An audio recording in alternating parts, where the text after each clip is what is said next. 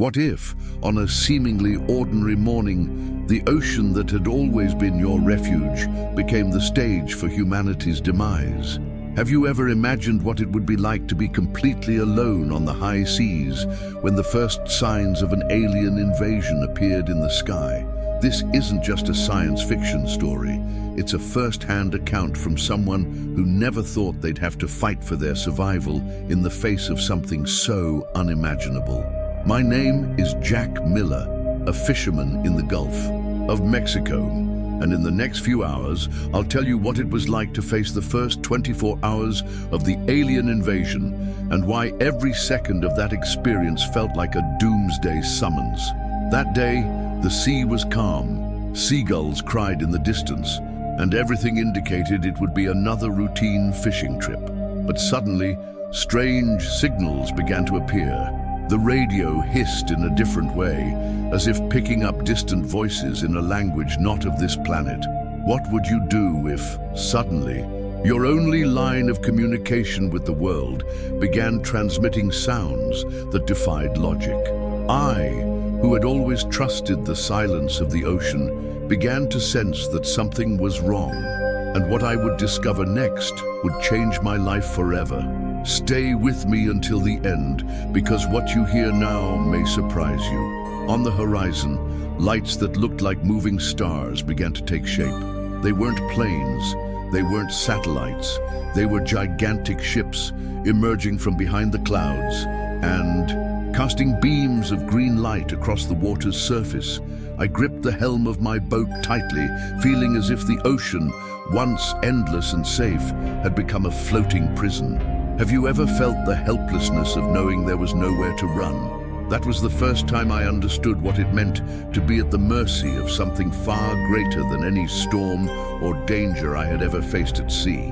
The silence was brutally broken. First the birds disappeared, then the fish vanished from the nets, as if they had sensed what was about to happen. Soon after, other boats began to scream on the radio, calls for help, desperate prayers, screams that were suddenly cut off by flashes from the sky.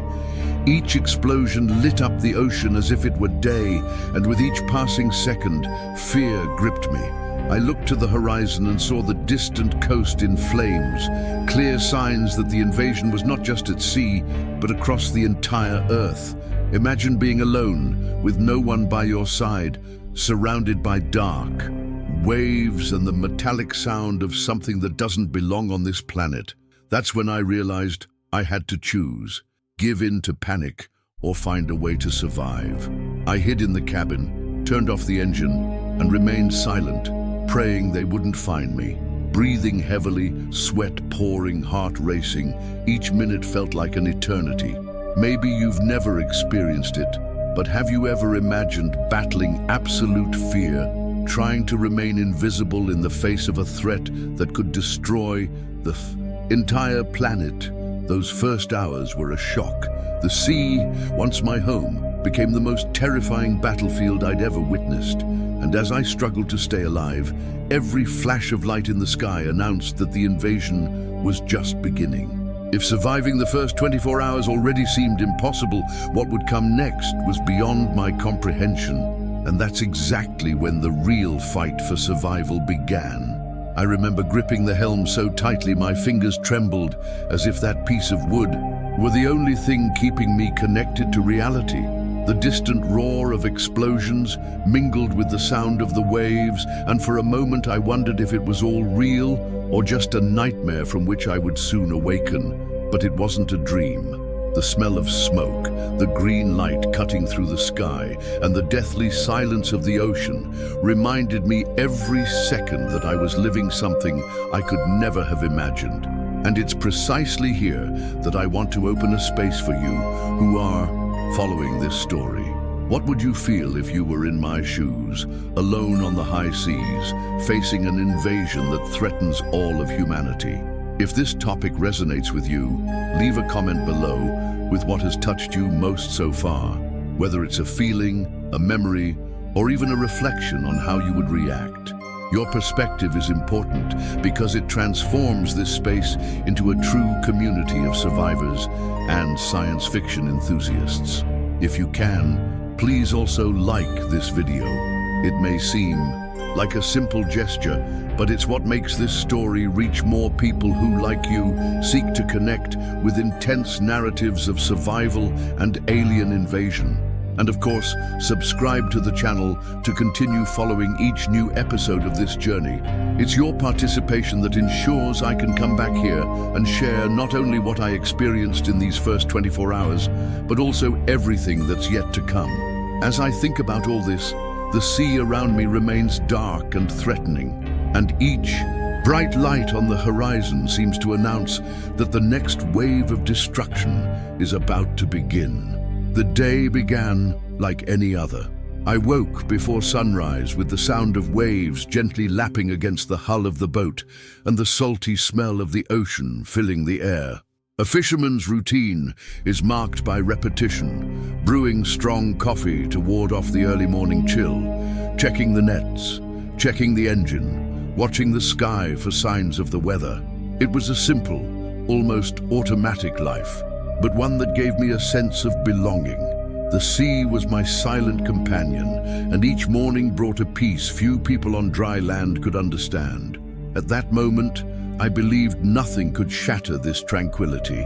As I heated water for coffee and organized my things, seagulls circled in flocks, diving into the sea in search of food. This was the natural symphony that rocked my days. There was something hypnotic about the cycle of the waves, as if each movement of the tide were a promise of continuity. It was in this constancy that I found the strength to keep going, even on difficult days. And perhaps that's why, when the first strange signs began to appear, my mind simply refused to accept them. Because when you live a life based on repetition and certainties, any rupture seems impossible. It was an almost imperceptible detail that caught my attention: the silence. Suddenly, seagulls vanished from the sky. The flocks that always heralded the morning vanished as if something had spooked them. I looked around intrigued and noticed that even the fish seemed to have fled. The nets were coming up empty, and this was unusual. I had experienced days of calm seas before, but there was a different emptiness that morning, as if the ocean itself had held its breath.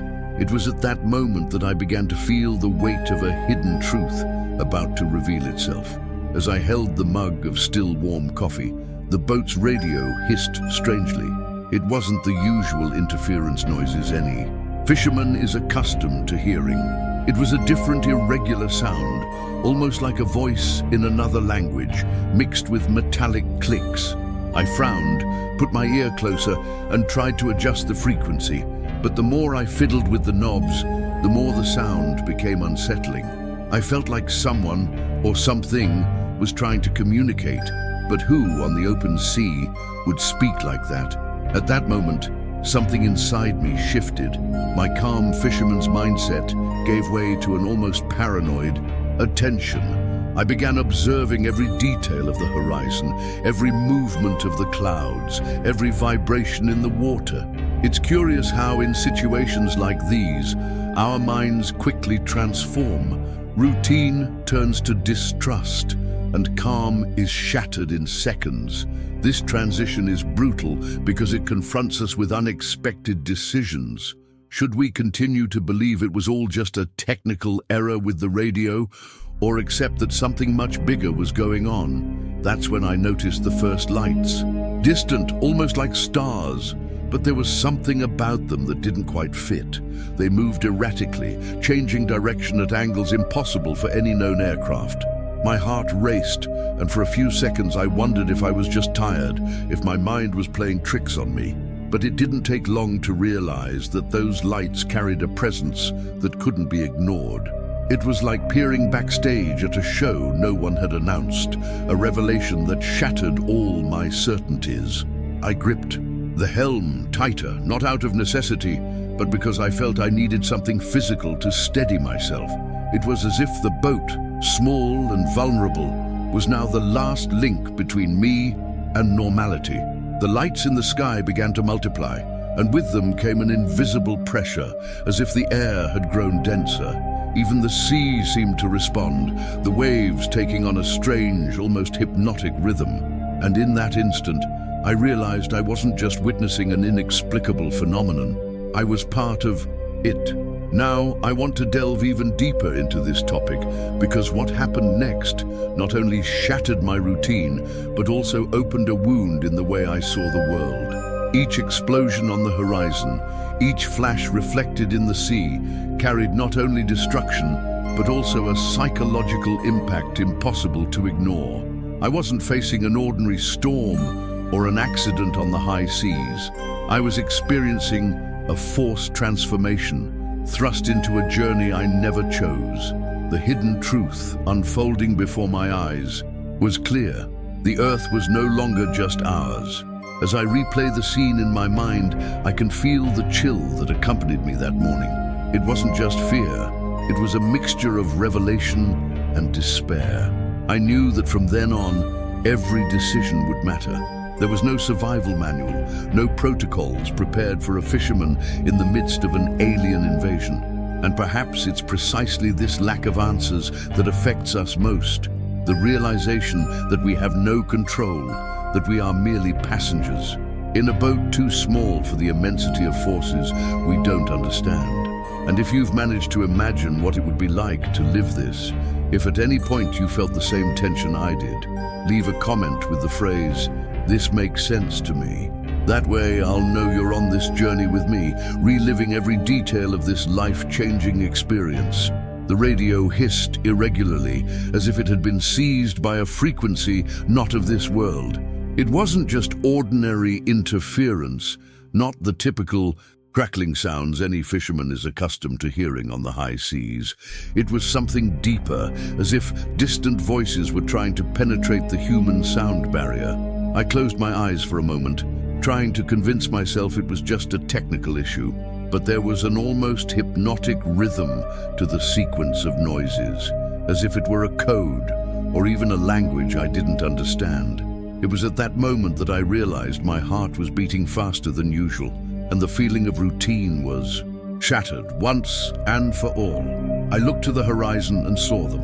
3 lights, small at first, moving in a way no aircraft could imitate. There were no smooth curves, no recognizable pattern. They appeared, stopped abruptly, and changed direction at impossible angles. It was as if physics itself had ceased to exist for these presences. I tried to fool myself by saying they could be satellites, meteors, or even drones, but deep down, I knew none of it made sense. The sea is generous in teaching lessons about the unknown, but this surpassed any lesson I had ever learned. The silence that followed was even more disturbing than the sound of the radio. Suddenly, the birds vanished from the sky, not a seagull, not a shadow. The air, which had previously carried the sound of wings and high-pitched cries, was now empty, and soon I realized the fish had vanished too. The nets returned completely empty, lifeless, as if the ocean had been drained of energy. It's curious how in these moments even the simplest details transform into powerful signals. It was as if all of nature was reacting to something I couldn't yet fully see. The feeling was one of anticipation. I was on a silent stage, waiting for something grand and terrifying to enter. The boat seemed too small to protect me, and every crackle on the radio served as a reminder that I was not alone. There is a profound psychological impact when we realize that greater forces are at work without our being able to interfere. This realization threw me into a state of alert, as if every cell in my body had awakened at once. It was a call to pay attention, to not look away, to accept that the hidden truth was unfolding right before me. The strangest thing was that amidst the fear, I also felt an overwhelming curiosity. It was as if I were facing a forbidden revelation, as if I had access to something behind the scenes that should never be witnessed by human eyes. With each flash of light in the sky, my body shivered, but my mind wanted more, wanted to understand what those presences meant, wanted to find logic where there was none. The human mind seeks explanations, but when it finds none, it creates its own versions of reality. And I was exactly at that point, torn between terror and fascination. It's in these kinds of moments that we understand the weight of decisions. I could have turned off the radio, turned my back on the horizon, and taken refuge in the cockpit, trying to deny what was happening. But something inside me knew that ignoring it would be impossible. You can't escape what has already crossed your perception. That was the first time I realized the true impact of being faced with something that redefines the way we see the world. What was once a fishing routine now became a journey of survival and transformation. Because with each passing second, I understood that I wasn't just a spectator. I was part of a scenario in which the Earth itself was being redrawn, where the line between the known and the impossible had been shattered. This sudden silence, this disappearance of animals, this radio transformed into a channel of unknown voices. All of this was the prelude to something much greater. The ocean had changed, and I knew that from then on, there would be no turning back. That's why, when I recall every detail of that moment, I realize how even the most subtle signs have the power to announce a gigantic transformation. It wasn't just lights in the sky, it wasn't just an eerie silence. It was a warning that the world I knew was about to disappear. I'll never forget the moment I saw the first ship emerge from behind the clouds. It was as if the sky itself had split in half to reveal something that should never have been there. At first, it seemed merely a larger-than-normal shadow, a dark smudge against the morning blue. But as it slowly glided out of the mist, its true size became clear. It was immense, colossal, so large it seemed capable of swallowing the entire horizon. In that instant, I felt my body shrink. There was no courage, no bravery, only the certainty that I was too small before something so enormous. What struck me was the way the sky changed color. The sun's brightness was swallowed by a sudden gloom, almost as if someone had flipped the switch on reality. The light faded, giving way to a heavy bluish gray that fell across the sea. It was as if the very atmosphere had been contaminated by the ship's presence. The air grew denser, each breath more labored, and I felt as if I had been transported to another planet without realizing it. The change wasn't gradual, it was abrupt, violent. As I tried to understand what was happening, I realized the sea wasn't the same either. The water began to vibrate in patterns that didn't resemble anything natural. These weren't ordinary waves, nor were they movements obeying the wind or tide. They were rhythmic pulsations, almost like gigantic heartbeats that made the boat tremble. Each vibration seemed to speak directly to my bones, and it awakened a feeling of deep discomfort, as if the ocean had become complicit in what was coming from the sky. It was impossible not to think of transformation, of how everything around me had been taken over by an invisible force that didn't ask permission to exist. It's curious to think how, in just a few minutes, a lifetime of thinking can be dismantled. I, who always thought I knew the sea, now realized I never had control. The hidden truth is that we live believing we control our surroundings. That routine guarantees safety, but a single unusual event is enough to reveal how fragile we are. This ship not only dominated the physical space above me, it dominated my psychological, emotional, and intimate life. It had an impact that went far beyond the visual. It was as if something had confronted me with a brutal revelation about my place in the universe.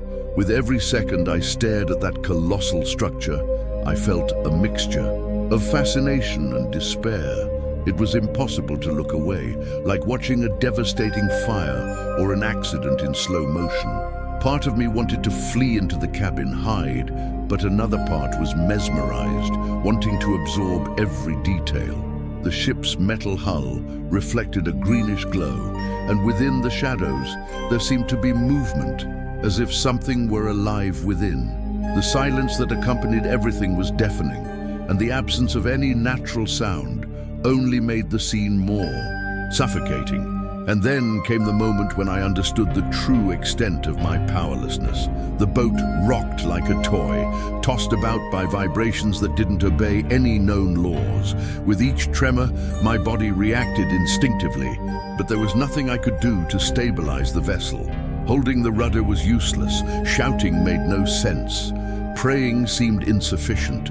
It's in these kinds of situations that human beings confront their own limitations, when they realize that no matter how many years of experience they have, no matter how much courage they swear to carry, in the face of something of this magnitude, everything dissolves.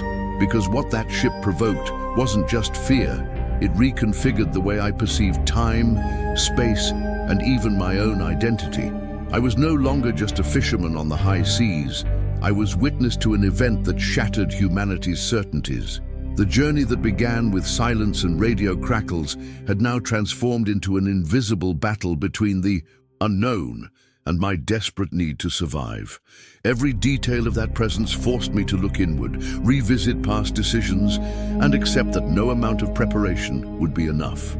It was the beginning of an experience that could no longer be ignored. The radio, which had previously only transmitted crackling and incomprehensible sounds, suddenly transformed into a symphony of human despair. Voices trembled in frenzy, screams cut through the frequency like sharp blades, and every nearby vessel seemed to struggle against the inevitable. There were cries for help, pleas to God, confused orders exchanged between sailors, barely able to organize their thoughts. I heard each word as if it were coming from a distant echo, yet at the same time, so close, it seemed to reverberate inside my own head. It was the first time that the ocean, a place that had always been synonymous with freedom, felt like a cemetery about to swallow us all. It was in this maelstrom of chaos that the first flashes appeared. Green beams descended from the sky with cruel precision, striking smaller boats as if hand-picked. I saw with my own eyes vessels evaporate in seconds, becoming nothing more than a silent flash, followed by incandescent remains floating on the water. There was no thunderous explosion, no fire. It was a clean, swift, almost surgical disappearance. And perhaps that was the most frightening thing, the cold efficiency of something that seemed to have as its sole purpose the eradication of lives. The sea, illuminated by those flashes, reflected the tragedy grotesquely. Each descending beam turned the water green, as if the ocean itself were contaminated. The rocking of the boat became increasingly violent, not only from the waves, but from the pressure that seemed to emanate from the sky. It was as if an invisible force was pushing everything down, crushing our fragile vessels like toys. I felt my bones tremble, my hands sweat, and my heart race at an uncontrolled pace. The urgency was suffocating. My mind screamed for escape. I started the boat's engine with trembling hands and began to move toward the glare, but I soon realized there was no escape. The lights moved as if watching me, following my every maneuver. It was impossible not to feel like I was being hunted. The engine roared desperately, but the noise seemed small compared to the immensity of what was happening around me. I was no longer a fisherman on the high seas. I was prey on the run, desperately, trying to escape predators who knew exactly where I was. With each new burst of light that cut through the sky, the certainty grew. I was being watched. It wasn't just an instinctive sensation. It was almost physical, as if an invisible lens were fixed on me, analyzing my every move, waiting for the right moment to act. This realization consumed me from the inside out. My spine froze, my eyes began to burn, and even my breath seemed to betray my presence. It's a sensation I can't explain in ordinary words. It was pure surveillance, a gaze that pierced skin, flesh, and soul, revealing secrets I myself didn't even know I held. Now I want to delve even deeper into this subject, because it was at that moment that I understood that the chaos around me was not random. It wasn't just blind destruction. There was strategy. There was intention. Every flash seemed to carry a message. We decide who lives and who disappears. This revelation not only increased my despair, but also confronted me with a hidden truth that chilled me to the core. We weren't facing any ordinary enemy, but something that knew us, that studied us, that saw our weaknesses with absolute clarity. And if you could feel this tension taking over the scene, comment, "I'm on this journey too." The decision to survive came not from courage, but from instinct. I knew that if I kept the engine running, it would only be a matter of time before one of those flashes of light found me. The roar of the engine, which on other nights had been my ally against the silence of the sea, now sounded like a cry of denunciation amidst the darkness. My fingers trembled as I turned the key, and the moment the engine stopped, the silence that filled the boat was almost deafening. All that remained was the sound of my heart beating in my chest, fast, irregular, as if trying to remind me every second that I was still alive. I turned off the lights one by one until the boat became part of the darkness. It was as if I had become a shadow, trying to dissolve into the vastness of the ocean. The lack of light brought me immediate relief, but it also gave way to a suffocating paranoia. Was it already too late? Had they already seen me before I cut off all the power? The absolute darkness was both a protection and a sentence. In the dark, I couldn't be seen, but I couldn't see either. And the human mind, when deprived of sight, creates even more terrifying monsters. I grabbed a small flashlight but didn't turn it on. Keeping it off was my only guarantee against attracting attention. I quickly gathered the supplies I had at hand, a few bottles of water, canned goods, and stale crackers. I threw everything into the cabin and closed the door carefully, holding my breath to keep from making any noise. Inside, the space felt smaller than ever, as if the walls were closing in on me. That's when my eyes fell on the old rifle tucked in the corner. The cold, dusty iron seemed so useless against the magnitude of what I was facing, yet at the same time, it was the only thing that made me feel less vulnerable. I gripped the gun tightly, feeling its weight anchor me to the present. I knew it would be useless against something capable of evaporating entire ships. But right now, it wasn't about effectiveness, it was about mindset. I needed something to convince me I still had a chance, even if it was only symbolic. I rested the shotgun on my knees, sat on the cabin floor, and lay there, motionless, listening to my own heavy breathing. It was in this forced silence that the metallic sound began. First, a distant, almost imperceptible scratch. Then, heavy, rhythmic footsteps reverberating through the hull of the boat as if something had landed there. My entire body froze, every muscle stiffened as if I were part of the wooden structure. I didn't even dare swallow, afraid the sound would be too loud. The sensation was of being confronted by a presence that didn't need to be seen to be felt. It was as if the boat had been invaded by something invisible, something that moved with intention, studying every detail before acting. The metallic vibrations intensified, echoing overhead. Imagine the sound of chains dragging on steel, mixed with the weight of footsteps that didn't seem human. The entire cabin vibrated slightly, and I could have sworn each knock was accompanied by a low hum, like electricity coursing through the air. I trembled inside, but at the same time, something inside me tried to understand. Was it them? Had they landed on my boat just to observe me closely, like scientists before a guinea pig? My mind began to conjure images. I could see, even in the darkness, metallic claws clawing at the deck, eyes glowing in the darkness, distorted silhouettes of beings that defied all earthly logic. This is the trap of fear. It doesn't need to show anything, it just suggests. The rest, your mind constructs on its own, filling in the empty spaces with the worst possible version. And in that cramped cabin, every shadow was a threat, every sound a sentence. Time ceased to exist. It could have been minutes or hours, I don't know. But with each passing second, the paranoia grew. Sweat poured down my face, and I struggled to breathe slowly, as if even the air could give me away. My ears strained, straining to detect any change in rhythm outside. Sometimes, the metallic sounds would suddenly cease, And this silence was even more unsettling, because when the enemy makes noise, you know where they are. But when they fall silent, anything can happen. I began to ponder decisions. What would I do if the cockpit door suddenly flew open? Would I fire without hesitation, or would I freeze? This was the internal battle. Act quickly and be discovered, or remain motionless and pray to be ignored. There was no right answer, only the crushing uncertainty that any choice could be my last. Now I want to delve even deeper into this topic, because I realized that the real struggle wasn't just outside the boat, it was inside me. It was a mental war between the drive to survive and the temptation to give in to panic.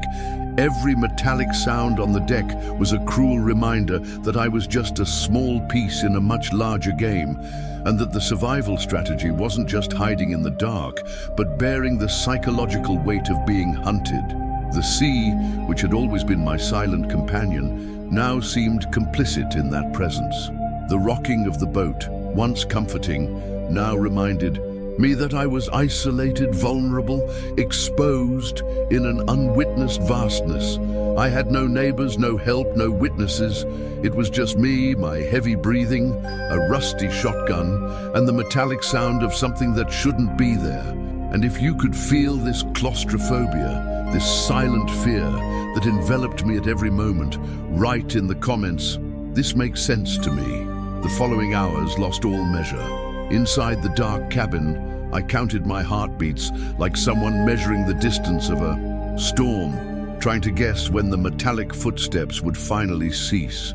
At some point, the hum vibrating in the hull faded, leaving a void so absolute it hurt my ears. I didn't sleep. My body simply shut down parts that weren't urgent. When a faint grayish light began to seep through the cracks, I realized the night had surrendered to the first breath of light. I opened the door slowly, my shotgun resting on my arm, and what I saw outside was a scene I never imagined I'd witness. The sea had transformed into a corridor of wreckage. Black planks, cracked buoys, a styrofoam container floating upside down, pieces of fiberglass like sharp petals, disembodied lifebelts, a cap spinning in circles, empty water bottles. An oily film covered the surface, streaking the water with iridescent streaks. The smell was a mixture of diesel, salt, and something burning, a perfume of disaster that clung to the throat. I rummaged through a crate that had come up against my hull with my oar and found a small, sodden first aid kit. I put it in my pocket. Further ahead, a floating airtight box held a handful of flares, two still intact. I'm not one to keep memories of tragedy, but I also grabbed a sodden notebook with scrawls I could barely read, pages torn from a logbook, perhaps from a boat I used to see from afar. Recognizing the tracks of familiar faces, even vaguely, feels different. Tragedy ceases to be a statistic and becomes a proper name. With each object pulled out, I felt my mindset shifting, as if a hidden truth were surfacing. Survival wouldn't just mean becoming invisible, it would mean making decisions that would keep me human amidst the inhuman. When I finally raised my eyes to the horizon, I understood that night hadn't completely vanished. The northern sky was ablaze with a light that didn't belong to morning. It wasn't dawn, it was explosions on dry land, modulated flashes, pulses of energy that rose like columns and faded into rings of green, yellow, sometimes white, leaving a residual glow lingering in the air. The sound arrived late, like thunder after lightning, thickened by a background roar that resembled the vibration of a dam about to burst. The coastline looked like a seam of embers at the edge of the world. I know those shorelines. I've fished for years, gazing at the distant outlines of cities. But in that moment, they weren't landmarks. They were open wounds. It was impossible not to see the impact. It wasn't confined to the sea. The invasion was cutting through the continent like a silent blade. I carefully turned the radio knob, turning the volume almost to mute, as if discretion could protect me. The frequency was filled with noise, but among it, fragments of voices emerged. Coastal zone, evac, negative, Interdicted, air corridor, energy, collapse. I recognized the tone of those transmissions. They weren't casual fishermen's chatter. They were emergency calls, the medical records of a country struggling to breathe. Underwater, a high-pitched civil alert tone came and went quickly, as if someone had knocked the antenna out mid-protocol. On another band, someone cited coordinates, and then, soon after, total silence. There was no map in sight, but the outline was clear in my mind. Coastal cities under attack, networks shutting down, airports in darkness, sirens perhaps wailing so no one could hear. The invasion wasn't an isolated incident. It was a system. The urge to start the engine and run in any direction was overwhelming. But I had just learned the hard way that noise and light were death signals. I kept the boat adrift, adjusting the anchor drift so the bow wouldn't give off reflections. The new dawn demanded a different mindset. Rationing water, organizing the canned goods, creating short routines so the mind wouldn't collapse. This is how transformation happens on a survival journey. First you change your gestures, then your meanings. Every micro-action became a strategic decision. Eat now or later? Keep the radio breathing at a minimum volume or cut it out completely? Use a flare to attract a human and also the wrong thing, or save it as a final letter. The hidden truth behind the impulse to do something is brutal. Often, the smartest move is the one that seems cowardly, staying quiet, not lighting up, not calling out. As I mentally traced possibilities, I noticed a pattern in the water. The night's anomalous ripples had organized themselves into thin, concentric series, as if sweeps descended from the sky and marked the ocean with the signature of an invisible radar. The hull vibrated not from the force of the wave, but from the touch of something examining, weighing, comparing. It made me wonder behind the scenes of this technology hunting us. It wasn't random destruction. There was a method, a logic, a set of revelations about how to detect, classify, and then decide the fate of each point emitting heat, sound, or signal. If I started the engine now, it wouldn't be a boat. It would be a beacon in bold letters spelling here. Now I want to delve even deeper into this subject, because what began as an individual survival instinct unfolded before my eyes like a global cartography. Even without seeing beyond the horizon, I could sense the contagion in the behavior of the environment itself. Migratory creatures that disappeared, fish that sank en masse, the ionization of the air creating halos around any exposed metal. The radio, sometimes silent, sometimes feverish, offered clues to a larger mosaic. Voices with different accents, codes that weren't from our coast, someone mentioning blockades far above my latitude. I didn't need official confirmation to deduce the obvious. The scale of the threat spanned states, borders, and most likely oceans. The entire country was aligned in the same line of fire, and the planet, by extension, couldn't be far behind. Sometimes the mind seeks exaggeration to make sense of fear, but here it wasn't exaggeration. It was statistics from someone who learned to read the sea, and now was learning to read a siege. The grey light of dawn, coexisting with the explosions on land, gave the scene the tone of a reversed film, as if reality had failed in post-production. I recognized from afar the faded outline of a pier I'd seen through binoculars on other days. Between one column of smoke and another, white flashes ran like horizontal lightning bolts, and sometimes a green beam fell, straight and silent, and erased that piece of map.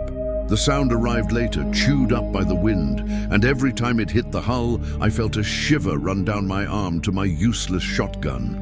Amid the wreckage, I saw something that made me hold my breath. A child's vest attached to a piece of wood. I leaned in with the oar, untied the knot, and let the sea carry it away. It wasn't about what I could save with my hands. It was about what I needed to preserve in my mind to remain whole. I spoke softly to myself, as if giving commands to an invisible crew member. Water, 3 sips in the morning. Carbohydrates only when the vibration subsides. Silence always. When the timid sun finally managed to break through the clouds, a barrel-sized sphere floated a hand's breadth above the water, passing about 50 meters from the bow. It made no sound. Its movement was so controlled, it gave the impression of an idea, not an object. The surface reflected the surroundings, but with a tiny delay, like a mirror that thinks before responding. I aimed the shotgun reflexively, then immediately lowered it. It wouldn't recognize gunpowder, it would recognize intent. I steadied myself, turned my face downward, and counted to 50, twice. The sphere glided, touched the air above the oil slick and rose straight up, disappearing as if called by name. I understood the message without words. They weren't searching for survivors. They were cataloging. The day that dawned seemed older than the others. The clock said morning, but the light didn't quite match morning. The country was burning in places I could see, and in many I could only imagine. I was a blind spot among hundreds of eyes. This recognition changed the hierarchy of my decisions. Returning to the coast, where I might find people, meant crossing a lit board. Staying at sea meant accepting isolation as a strategy, managing every resource, every thought. And therein lies a revelation most don't see. Survival isn't decided solely by maps and compasses, but by what you choose to cultivate inside your head when everything outside demands panic. Mindset is the last refuge.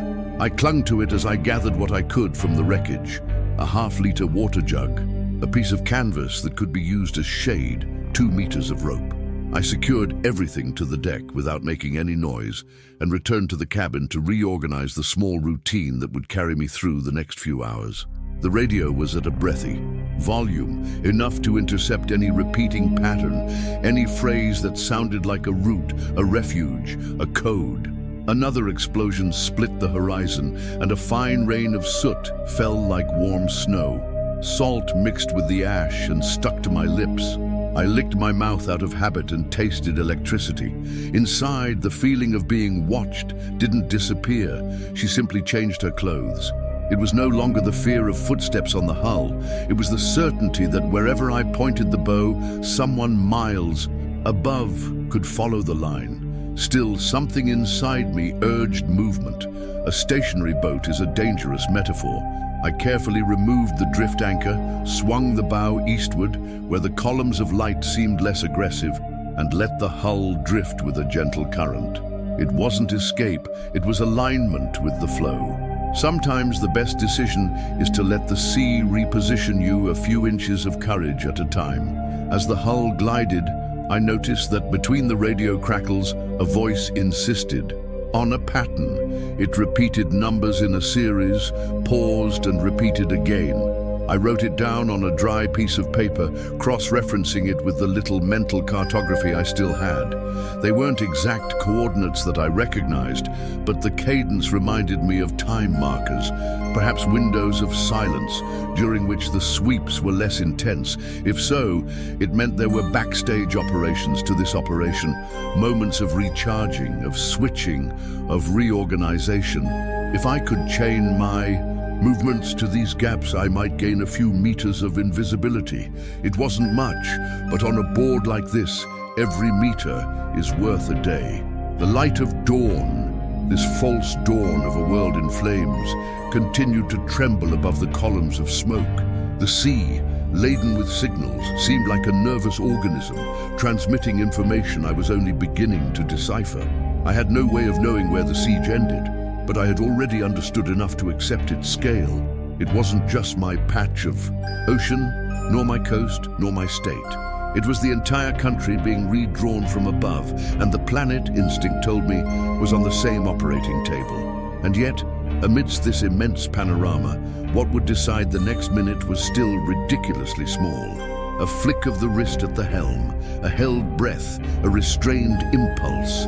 The current carried me a few more meters, and the distant roar of explosions synchronized with the rocking of the hull, as if the world had set a new metronome. I placed my hand on the rudder, not to steer, but to remember what was still mine, Around me, the sea continued to return other people's memories, ripped-off tags, a mismatched boot, a dead handheld radio. Other people's stories floated by, begging to be recorded. I jotted a single sentence in my sodden journal, my handwriting trembling. If the horizon burns, all that remains is to choose how to cross it. And if you manage to see this landscape with me, if this image of the horizon in flames stayed in your head, write in the comments, "I saw the horizon in flames." Fear still throbbed in my body, but with it came a strange sense of silent victory. I was alive. Against all odds, against everything I'd seen that night, I was still breathing. The rocking of the boat, which hours before had been a suffocating prison, now seemed to lull me into a cruel reminder. I survived. But surviving wasn't just about staying there. It was about carrying within me the full weight of the voices I'd heard fading. On the radio, of the boats that had evaporated before my eyes, of the wreckage that now floated around me like ghosts of fellow sailors. The ocean had become a shattered mirror, reflecting not only the destruction, but also the resilience of those who, for some reason, were still standing. And it was in this charged silence that a thought began to tear at me. My family. Were they still alive on dry land? Had those explosions illuminating the horizon reached the city where my parents lived? Had my sister managed to find shelter somewhere safe? Each flash seemed to carry not only the collapse of distant buildings, but also the threat of erasing faces I loved. The distance between us had never felt so cruel. I was on the high seas, invisible, untouched for now, but they were in the eye of the storm. With each explosion, my mind projected scenarios I couldn't control, and this was a kind of torture that hurt more than any alien flash. Loneliness pressed down on me like a rising tide. The boat was too small for so much doubt, for so much accumulated fear, but amidst this avalanche of uncertainty, a thread of purpose began to form. If I had survived the first 24 hours, then I needed to make that survival count. It couldn't be mere luck or chance. It had to be a calling. I closed my eyes, gripped the helm as if holding a promise, and whispered to myself, if I survive the first day, I will fight for the next. No matter what, no matter what. This promise didn't erase fear, but it gave it form. It transformed panic into fuel, paranoia into vigilance, pain into living memory. And perhaps this is what keeps us human amidst the inhuman, the ability to take the ruins around us and use them as bricks to move forward. I knew nothing would be easy. I knew that each dawn would bring new dark revelations and that my mind would still be tested many times. But I also knew that if I still had the strength to think, breathe, and remember those I loved, I had the strength to fight. And in that moment between fear and hope, I realized that surviving wasn't just about staying alive. It was about choosing to keep going, even when everything around me screamed that there was no way out. The sea became both my refuge and my prison. The waves that had always represented freedom now rose like invisible walls, hemming in every decision I had to make. The boat, small and vulnerable, was both shelter and trap. I had nowhere to run, no one to call, and no one was even sure the next minute would be guaranteed. Every crackle on the radio, every flash on the horizon, every shadow that appeared on the surface reminded me that I was not alone. There were eyes, machines, intelligences far beyond our own, watching every move. That first night taught me that survival isn't just about physical endurance. It's a battle against your own mind. Fear is constant. Silence becomes an enemy, and even the memory of what you love most becomes a double-edged sword. Hope and pain in equal measure. I could still feel the weight of the floating debris, as if each object were a testament to the fact that the fight for survival wasn't mine alone. There were many who weren't so lucky, and carrying that weight is part of the price of being alive. What haunts me, more than the explosions on land or the lights that evaporated entire boats, is the uncertainty. I don't know what tomorrow will bring. I don't know if the coast still exists as I knew it. I don't know if my family is safe. I don't know how much longer I can hide in this darkness. But I know this story is far from over, because the invasion isn't a one-night stand. It's a definitive shift in how we understand our place in the universe. And now, I want to hear from you. If you were in my shoes, on a small boat, surrounded by the silence of the ocean and the overwhelming presence of something that challenges all our certainties, would you have the courage to survive on the high seas during an alien invasion? Comment below with the phrase, "I would survive at sea." I want to see who, like me, faces fear head-on and transforms this journey into a promise of endurance. If you've made it this far with me, I think you've already felt the weight of that first night at sea, and also the strength that comes when we refuse to give up. That's why I want to invite you to continue this journey with me. Subscribe to the channel so you don't miss the next reports, because each new chapter brings even more intense revelations. And please leave a comment below with the phrase, "I'm with you until the end." That way I'll know who truly lived this experience with me until the very last second. Your like also makes all the difference, because it helps keep this story alive and reach others who, like you, seek to immerse themselves in narratives full of suspense and survival. Now, if you want to continue immersing yourself in this atmosphere, there's another video waiting for you right here. Click and follow me. On this journey, there's still plenty of darkness to explore.